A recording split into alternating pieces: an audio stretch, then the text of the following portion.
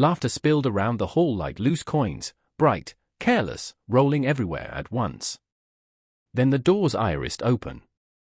Footsteps clicked on the glass-smooth floor, unhurried. The sound trimmed the laughter to a nervous trickle and ended it when the newcomer stopped at the central dais and offered his hand, palm open as if the room were not full of teeth. "Good morning," he said. "Commander Elias Veyra of Earth."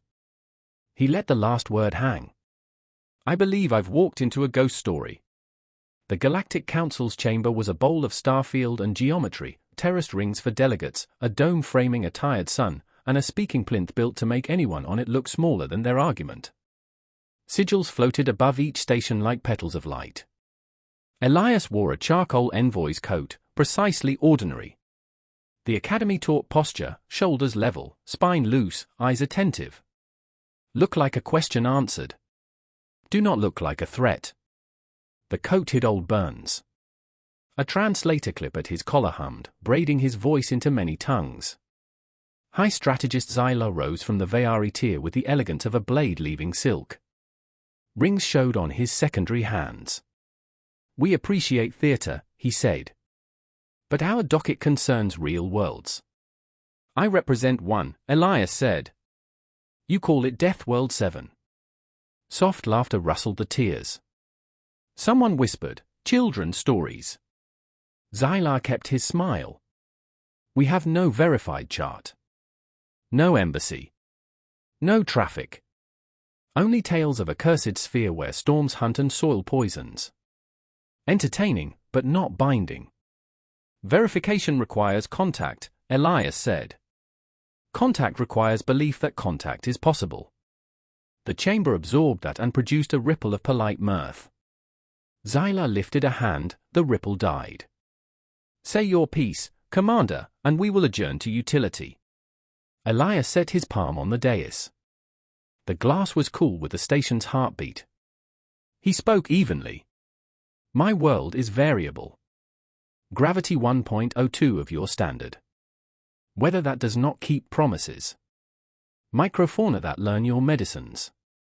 Predators that plan. We did not conquer it, we learned it." A plated Thoris envoy leaned forward. "And yet your people's chosen label is a slur." "Not ours," Elias said. "Neighbors coined it after their scouts kissed our sky and came home scorched. They survived, so did we. Everyone told the story they needed." He could have said quake seasons and fire summers, roofs taught to kneel before wind, could have said how he once pried open a jammed fire door with his hands because a child was under it and there was no time. But the council didn't want weight. They wanted categories. "Caution is earned," Zylar said. The last culture to claim Deathworld lineage turned 3 stations to slag in the name of purity. "I served 12 years, Elias answered. "Purity ends with ash. We like breathing." The dais scanned him. Cold light moved across his coat and bared arithmetic beneath: pulse, oxygenation, bone density. Numbers climbed thin screens. A whisper skated the tiers when bone strength landed above the median. Elias watched the old sun. A jade-skinned envoy raised delicate fingers. "Suppose we accept hazard as variance. What proof do you offer that your endurance would not imperil ours?" "Survival is a habit," Elias said. "We do not export our storms. We teach our habits carefully, or not at all." Zylar's gaze touched Elias's ungloved hands, assessing the joints like contraband. "We have all heard the myth of the Deathworld grip," he said. "Crush, grind, break. A predator's greeting masked as trust." "On my world," Elias replied, "a handshake says we permit closeness. That is not predation, that is faith in restraint. Distance," Zylar said, "is the more reliable faith. Preference often grows from fear." For a heartbeat they looked like 2 answers to the same unsolved problem. Zylar was polished menace in protocol. Elias was plain by design. Yet the room's attention bent to their axis. The speaker's staff chimed, and a lattice of light climbed from floor to dome, dividing the chamber into measured sectors. Formal session began. Titles rippled overhead. The clerk sang the order of petitions. Elias's appeared halfway down, petition for provisional recognition of Earth, a planet within hazard class 7. He listened through a trade dispute that built like a patient storm and collapsed into postponement. Politics obeyed weather laws. Mostly. Then the speaker focused on him. Commander Elias Veyra of Earth, she said. The Council recognizes your intention to be heard. Xylar stood without invitation. On a point of order, he said. Before we open our ears to fables, we confirm the petitioner is not a performer. The word landed like a stain. Denied, the speaker said. Procedure protects petitioners. A pause, then a compromise. However, the Council welcomes demonstration when claims are extraordinary. A hum traveled the tears, curiosity and hunger. Xylar's rings brightened. He stepped from his dais with ritual grace, palms raised in civility threaded with menace. Then let us begin with the smallest claim, he said. The greeting. He stopped within arm's reach. Close, Elias caught scents, heated metal, crushed mint, rain on dust. Xylar's eyes were a precise blue. Commander, he said softly. Take my hand. Elias considered the offered limb, jointed plates, built for precision and force. He thought of the fire door and the child beneath, of roofs taught to kneel, of the way Earth pressed lessons into muscle until the body could answer before thought arrived. He lifted his own hand, calm as a tide. As equals, he said. Their fingers met. The first pressure was ceremonial, a measured clasp that said we are not animals. Then Xylar's grip ratcheted, testing, a question with teeth. Elias answered, neither cruel nor retreating, only exact. Force enough to keep the question honest. No more. Somewhere in the tears, glass pinged. The chamber's silence became the kind that remembers sound. Xylar's mouth kept its smile, his eyes did not. The speaker's staff chimed once. Proceed, she said. Commander Veyra, you may address the Council.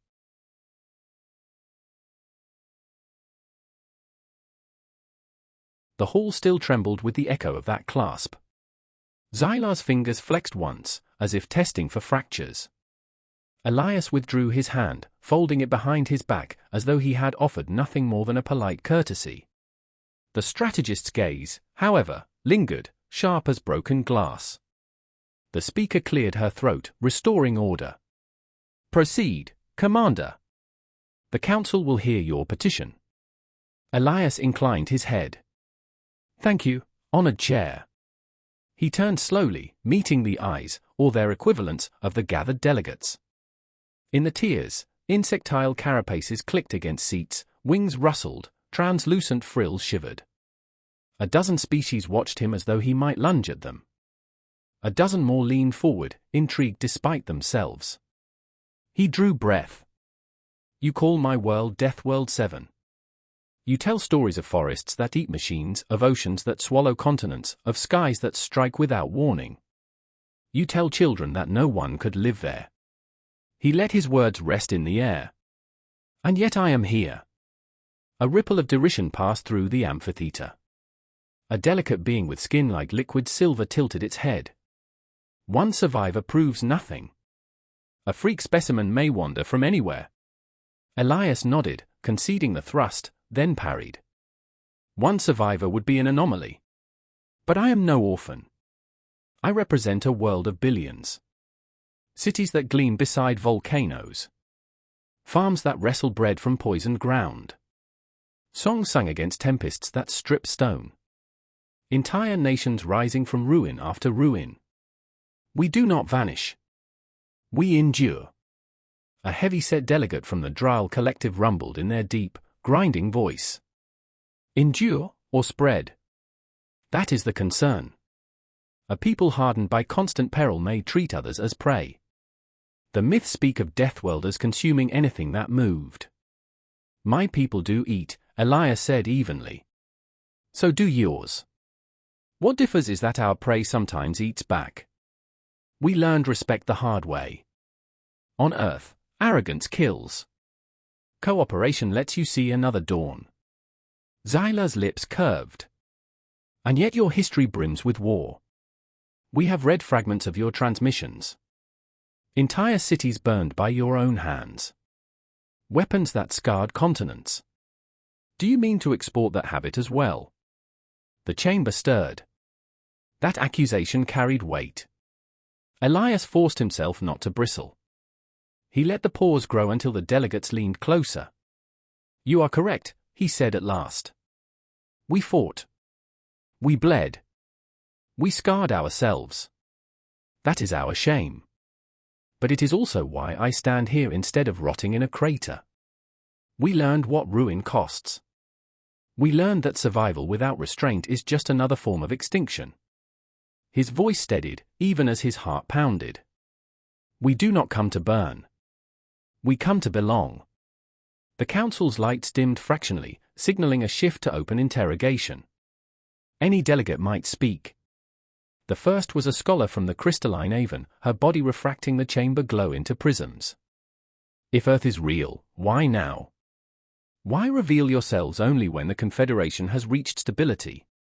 Elias met her shifting facets. We were not ready before. To build Starflight, one must survive long enough to lift eyes from the dirt. We needed time to make peace with ourselves. Now we seek peace with you. A murmur, this one softer. Some heads inclined in thought. Others shook. Across the chamber, Xyla watched like a predator conserving energy, waiting for the right strike. An elder from the river-dwelling Okol croaked through moist gills. The term Deathworld is not casual. It marks a place unfit for contact. If your claim holds, you represent an unprecedented hazard. Our children might touch your soil and die in its air. Do you expect us to invite contagion into our homes? Elias spread his hands. Our air would choke you, yes. Your seas would drown us in ours. Danger is reciprocal. But hospitality is not. We do not ask you to breathe our storms. We ask to share words, trade, knowledge. Our presence here proves it is possible. The elder blinked slowly. Words travel more easily than pathogens, she admitted, though our knees rippled her fins. Xyla chose that moment to descend another step. Commander, you describe resilience as if it were virtue. Yet I hear threat in every syllable. Bone density beyond protocol limits. Nerve response outside charts. Strength disguised as courtesy. He flexed the hand Elias had gripped, the plated fingers clacking. What you call endurance, others may call violence waiting for excuse. Elias's mouth quirked, not quite a smile. When you grasped my hand, strategist, did I crush it? You could have. But I did not. Restraint, Xyla said, voice smooth as oil. A promise only until it fails. Elias stepped closer to the dais' edge, voice carrying. On Earth, every day could be our last. Volcano ash might blot the sun, or a virus sweep a continent. We learned that survival depends on trust. You watch each other's back, or you perish. Our handshake is not a threat. It is a vow where I hold you, and I will not let go. For a moment the chamber stilled again. Even the air recyclers seemed to pause. Then a new sound, soft laughter, not derision but disbelief. A small, feathered delegate whispered, he believes in vows. The speaker's staff struck stone. Order. The council will not dissolve into mockery. Her tone sharpened. The petition is extraordinary. Proof is demanded. Strategist Xyla, you have initiated challenge. Do you propose a measure? Xyla's eyes gleamed. I propose the grip be witnessed by all. If the commander withstands it, we admit his people are what they claim. If he fails, the myth ends with him. Gasps and clicks rippled around the chamber. The grip was no mere courtesy. Among the Veyari, it was ritual combat compressed to a single point of contact, each combatant pressing until weakness surfaced. Bone often broke. Pride always did. The speaker hesitated, then inclined her crest. So be it. The council will witness. Elias felt the weight of 1,000 gazes. He thought of the training fields where he had sparred in gravity that pulled blood to the skull until vision darkened. He thought of the flood year, shoulders braced against a gate while water roared. He thought of his mother's hands, cracked and calloused, still steady when they held his. Xylar extended his plated hand once more. Come then, myth. Elias descended the dais. Each step rang like a drumbeat, steady, unhurried. He stopped before the strategist, eyes level, posture unbent. He raised his hand. The hall leaned forward as one body. Remember, Elias said softly, a handshake is trust. Their palms met, flesh to chitin. Pressure built. At first it was measured, diplomatic, a staged performance. Then Xylar tightened. His fingers pressed like iron bands, each segment a vice. The air filled with the sound of grinding. Several delegates winced. Elias did not flinch. He let the pain arrive, then anchored it. Muscles coiled, bones held. Slowly, deliberately, he returned pressure. Not to break, not to maim, only enough to show the truth. His grip became unyielding stone, the echo of storms and quakes and battles lived through. Xylar's jaw flexed. A tremor ran down his arm. His rings chimed together. The council chamber went silent again, watching a legend breathe. Elias leaned closer. We are not your stories. We are your neighbors. At last, Xylar released, pulling his hand back with measured grace, though his fingers shook. The silence lingered, heavy as the void between stars. The speaker's staff rang once more. The demonstration is witnessed. The petition will proceed. Elias returned to the dais, heartbeat steady now, voice calm.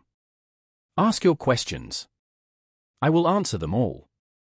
But know this, Earth is no myth. We stand here not because we conquered our world, but because it did not conquer us. No laughter followed. Only the rustle of wings, the shift of scales, and the dawning awareness that a forbidden legend had taken shape in flesh and blood before their eyes. And at the edge of the chamber, Xylar's gaze never left him, calculating, unsettled, and sharper than ever. The council chamber dimmed to ritual twilight. 1,000 alien eyes glowed faintly in the gloom, each species leaning forward, drawn to the duel promised by Xylar's challenge. The speaker's staff struck stone again, a deep thrum that vibrated through Elias's ribs. By custom, the speaker intoned, a challenge of the grip will be witnessed by all. Contestants will clasp hands until one yields. No weapons. No aids. The council shall judge. Xylar spread his forearms like a predator unveiling claws. His primary right hand extended toward Elias once more, its plated digits gleaming in the half-light. The gesture was elegant, but the tension in his posture betrayed anticipation, an eagerness to break. Elias did not move immediately. He studied the hand as he might study the cracked hull of a ship, searching for weak seams, hidden dangers. His own fingers flexed once, scarred knuckles whitening. He thought of Earth's storms that could strip skin from bone, of the moments he had clung to cliff rock while winds tried to tear him loose. A handshake was no storm. It was a question of will. He stepped forward. You want proof, strategist? Very well. But understand, I do not fight you. I show you who we are. Their palms met again. The sound was a dull clap, echoing across the chamber like a gunshot. The grip had begun. At first the pressure was measured, ceremonial. Xylar's fingers closed with controlled steadiness, the calculated tightening of a strategist accustomed to drawing out a contest. Elias mirrored the pressure exactly, neither more nor less, his gaze never leaving Xylar's. The council shifted restlessly. A feathered delegate whispered, so far, the myth is only muscle. A reptilian voice hissed in response, wait. Watch. Xylar's eyes narrowed. You are strong, earthborn. Stronger than you should be. But strength alone is crude. His grip tightened. Armor plates clicked, edges digging into Elias's palm. Elias felt bones grind. Pain sang up his arm like fire through a wire. He kept his shoulders loose, his breath steady. "Crude," he said softly. "On my world, crude is what keeps you alive when elegance fails." Xylar pressed harder. The council leaned in, expecting to hear a crack. Instead, Elias's arm stiffened like a pillar driven deep into the ground. His fingers clenched, not with desperate violence, but with slow inevitability. He could feel the strategist's grip falter, the subtle shift of joints under strain. A guttural growl escaped Xylar before he masked it in a smile. "Impressive. Yet you prove my warning. You are dangerous." Elias leaned closer, lowering his voice until it carried only to Xylar. "Dangerous, yes. But not reckless. If we were what your myths claim, you would not be standing." Xylar's smile thinned. "Perhaps you mean to show mercy. Or perhaps you hide claws until we sleep." Elias's eyes hardened. "We hide nothing. We survived by standing together. Even when our skies burned, we clasped hands and held. If you fear that, then you fear endurance itself."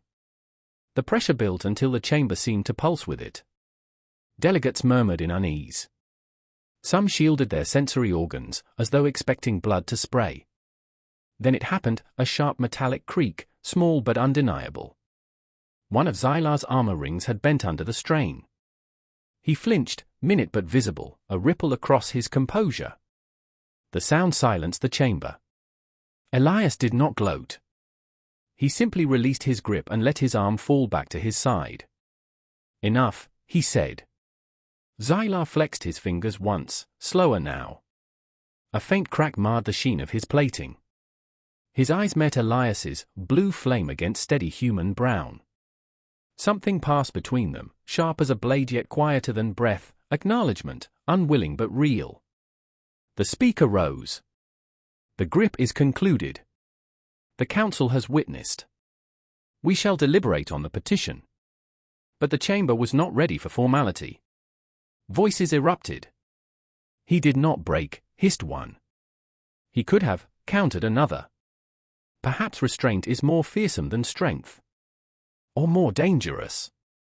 The din swelled, a storm of languages colliding. The speaker struck her staff again, until the hall fell silent. "Order," she commanded. "This session resumes with questions to the petitioner." The first voice came from the crystalline Avon scholar again, her facets flickering with uncertainty. "Commander Veyra, your display confirms durability. But culture matters more than bone. How do you govern yourselves on such a world?" Elias inclined his head, grateful for the pivot. "Our governments are many. Some flawed, some wiser. We have known empire and collapse, tyranny and liberty. But across all forms, one truth endured: no ruler, no council, no army can command a planet like ours. Earth is not tamed. It must be lived with. We learned humility because arrogance is punished by the soil itself." A murmur of contemplation. The scholar's light shifted to a warmer hue. A new voice cut through, sharp and mocking, a delegate of the Sithari, mantis-limbed and brittle-voiced. "Humility, you say, yet you arrive uninvited, demanding recognition. That is not humility. That is ambition." Elias's lips twitched into a dry smile. "If I were ambitious, I would come with fleets. I came with a single shuttle and an open hand. To stand here, before your 1,000 eyes, is not ambition. It is faith." Xylar seized the opening. "Faith is the first refuge of liars. You have shown us strength. Words may be rehearsed. What you cannot rehearse is history. Tell us, how many of your wars ended with victory, and how many with slaughter?" The chamber hushed. The question was a blade meant to cut. Elias knew it. He let silence stretch, then spoke with quiet precision. "Too many ended in slaughter," he said. "Oceans boiled. Cities burned. Families erased. I carry that truth in my blood. But I also carry the memory of what came after, the hands that pulled survivors from rubble, the bridges built again, the songs sung in ruins. That is what defines us. Not the war, but the rising after. A ripple of unease passed. Some delegates seemed moved, others recoiled, unwilling to accept that a Deathworlder could speak of rebuilding with such calm conviction. Xyla's jaw tightened. He had expected anger, perhaps a boast of conquest. Instead he had been given humility wielded like a blade. He tried another angle. And if we deny you? What then? Will Earth vanish back into myth, or will your people bear their fangs? Elias met his gaze steadily. If you deny us, we will return to our storms and survive as we always have. We do not vanish. We do not wait for permission to live. But we would rather live with neighbors than alone. The chamber stirred again, but this time the sound was different, not derision, not fear, but the low hum of consideration. Delegates glanced at one another, calculating, reassessing. The myths of Deathworld 7 had never included words like neighbor or faith. Xyla sensed the shift. His own position, carefully built on centuries of prejudice, was eroding in real time. He straightened, armor clicking. You speak well, Commander. Too well.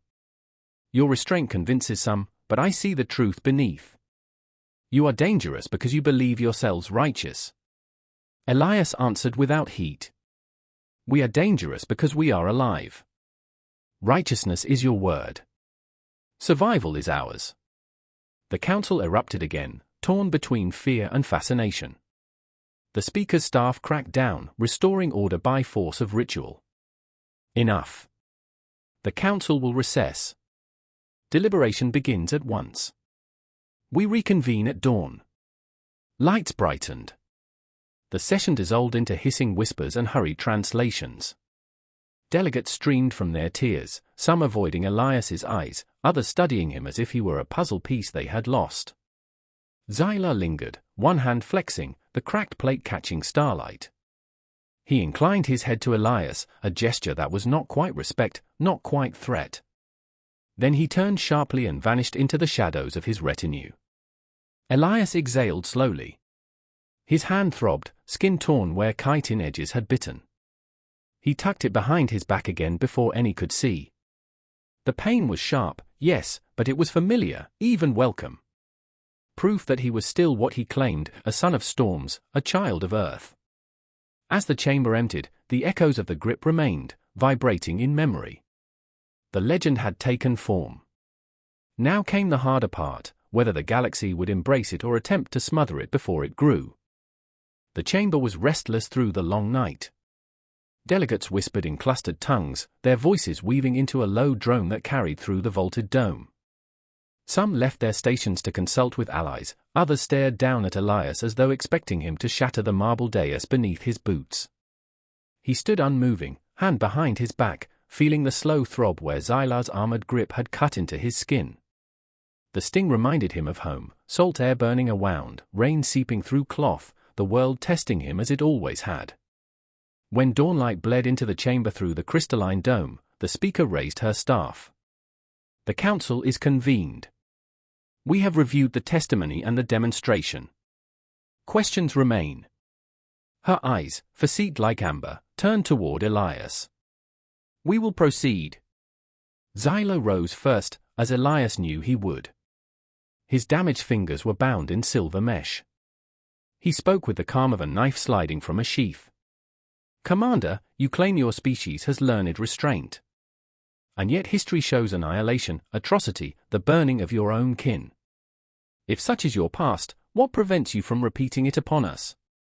Elias let the weight of the words settle. He could feel the attention pressing on his shoulders like a physical load. He had prepared for suspicion, he had not prepared for the raw fear in their eyes. He began slowly. You are correct again, strategist. We carry scars of what we have done to ourselves. Entire nations perished in fire. We poisoned our skies, burned forests until they wept ash, salted seas with our waste. We fought wars that left generations broken. But listen carefully, because this is the marrow of my people, we are still here. We did not endure because we were merciful to ourselves. We endured because we learned to stop. A delegate with translucent fins fluttered nervously. Stop? Your broadcasts showed weapons capable of splitting continents. They did, Elias admitted. But you have never seen the silence after such a weapon. I have. I grew up where cities were skeletons on the horizon, where my mother taught me to plant food in poisoned earth because nothing else would feed us. Where children learned to run before they learned to speak, because the ground itself could betray them. We are survivors, yes, but surviving taught us the cost of violence. You call us monsters. I tell you, monsters die. Survivors learn. The words did not come as rhetoric but as fact, carved from memory. Elias could feel the council's hesitation, a faltering of certainty. For the first time, the myths were no longer amusing, they were visible in the human who stood before them. Xylar's expression sharpened. He stepped forward, ignoring the speaker's raised hand. And yet in your stories, Commander, when a Deathworlder takes a hand, the bones of others snap like reeds. I know because I felt it. That pressure. He flexed his mesh-bound fingers. You held back. But you could have broken me. Why should we welcome a species whose very touch is a threat? Elias looked at him directly. Because you ask for trust every time you clasp hands yourselves. Do you doubt your own tradition? Do you grind bone every time you greet an ally? No. You show strength, then you release. We do the same. A long pause. Then Elias spread his hands, palms open. If you cannot believe our words, believe this: I am alive in a place you say kills everything. I endured my world without your fleets, without your trade routes, without your sheltering treaties. Imagine what we could endure with you. Imagine what we could give back. The Okol elder rose again, water dripping from her gills. You speak of gifts. What can Deathworlders offer that we do not already have? Elias drew from the satchel slung at his side a small case of scorched alloy. He opened it, revealing a shard of translucent stone streaked with veins of silver. This is obsidian from the plains of Veyra's fall. Formed when a mountain split and poured fire across a continent. It holds heat for days. On Earth we build with it, cook with it, carve it into blades that never dull. This is not rare for us. It is the ground we walk on. He set the shard on the dais. It smoked faintly, radiating warmth. The crystalline scholar tilted her prismed head, light bending in fascination. The reptilian delegate extended a forked tongue, tasting the air, then hissed in approval. Elias added softly, and this is one stone. Imagine the rest. A different voice spoke, this one soft, melodic, belonging to a Lorin delegate whose feathered wings shimmered like oil. Perhaps the myths were wrong. Perhaps we feared you because you endured what we could not. But myths persist for reason. If you are Deathworlders, and you truly are billions strong, what prevents you from bending us all to your will? Elias did not answer at once. He glanced upward through the crystalline dome. The old star was a burning coal in a pale sky, its light dimmed by centuries of decay. He let the silence stretch, then lowered his gaze again. On Earth, he said, we lived with forces greater than ourselves. We never bent them, we adapted. We did not command the storms, the quakes, the beasts. We endured them by trusting each other. That is the only strength we know, standing together, not alone. Xylar's laugh cut through. Pretty words. But you cannot change the weight of your bones. You are forged in violence. Admit it, Commander, beneath your courtesy, you hunger for dominance. Elias turned back toward him. His voice dropped, steady as stone. I hunger for tomorrow. If dominance were enough, Earth would be a wasteland of ash with no survivors to speak for it. Yet here I stand. Alive. Offering my hand. He stepped forward once more, extending his palm in the human gesture. The council collectively inhaled. Xylar's jaw tightened, but he could not retreat. To refuse a second handshake would be cowardice in the eyes of his peers. Slowly, he extended his injured hand. The mesh glimmered as their palms met again. This time Elias did not tighten. He simply held the hand with the same steady pressure as before, nothing more. Xylar's eyes flickered. No crushing, no contest. Only the warmth of human skin against armored plates. You mock me, Xylar said, low. No, Elias replied. I respect you. This is what you never understood about us. We can kill. We choose not to. Silence, vast and electric, filled the hall. The delegates shifted uneasily, each one measuring the gap between myth and man. The speaker's amber facets dimmed in thought. Then her staff came down once, ringing like struck crystal. The council recognizes the petition of Earth. Provisional membership is granted. Observers will be dispatched to verify the claims. Until then, the Deathworlders shall be accorded voice and seat. Gasps, murmurs, an undercurrent of awe. Some delegates bowed toward Elias, others whispered in fear. But none laughed. Elias inclined his head. On behalf of Earth, I thank you. As the session dissolved into factions and murmured arguments, Xylar lingered. He approached, slower this time, his bound hand hidden behind his back. You should know, the strategist said quietly, this is not victory. You have unsettled the balance. There are those who will never accept you. They will test you harder than I did. Elias studied him, seeing not just pride but something deeper, an unease that looked almost like respect. Tests are nothing new to us. You've heard the myths. Now you've touched one. Xylar's mouth curved, though his eyes stayed cold. Your kind may yet be the galaxy's salvation, or its undoing. Elias allowed himself the faintest of smiles. We've been called worse. For a long moment, the two stood in silence, surrounded by the glittering tiers of delegates. Then Xylar inclined his head once, curtly, and turned away. The council recessed, and Elias retreated to his assigned chamber. Alone, he finally uncurled his hand. The skin was bruised purple, grooves etched deep where the Veyra's armored plates had pressed. Blood welled at the creases. He cleaned it carefully, wincing as the antiseptic bit. He thought of the boy he had pulled from the collapsing hab block years ago, of his mother's cracked hands, of the storms that had howled against their shelter. Pain was familiar. It was not an enemy. It was proof. He sat at the viewport. The dying star filled half the horizon, a smoldering ember wrapped in veils of gas. To most, it was a sign of fragility, a reminder that even suns fade. To Elias, it was kin, fierce, battered, still burning. The chamber door chimed. He turned.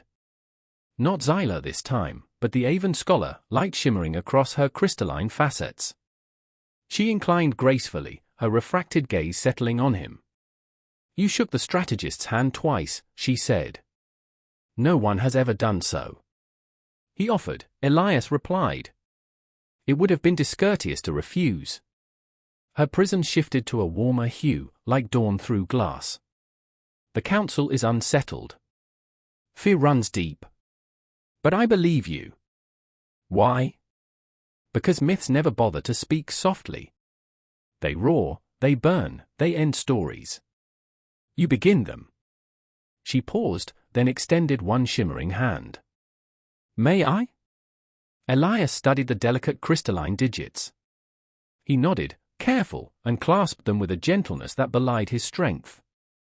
Her facets glowed brighter. When she withdrew, she inclined her head again. You may not realize it, Commander, but today you offered more than proof. You offered choice. That will linger. She left without waiting for thanks. Hours later, a bell summoned them back. The council reassembled, slower now, as though each delegate carried fresh weight. The speaker raised her staff. The council has considered. Earth shall be granted provisional membership, under observation. A delegation will be dispatched to verify your claims. Until then, you may speak in our sessions and share your knowledge. The decree echoed across the dome. Elias felt something uncoil in his chest, not triumph, not yet, but a loosening, a breath.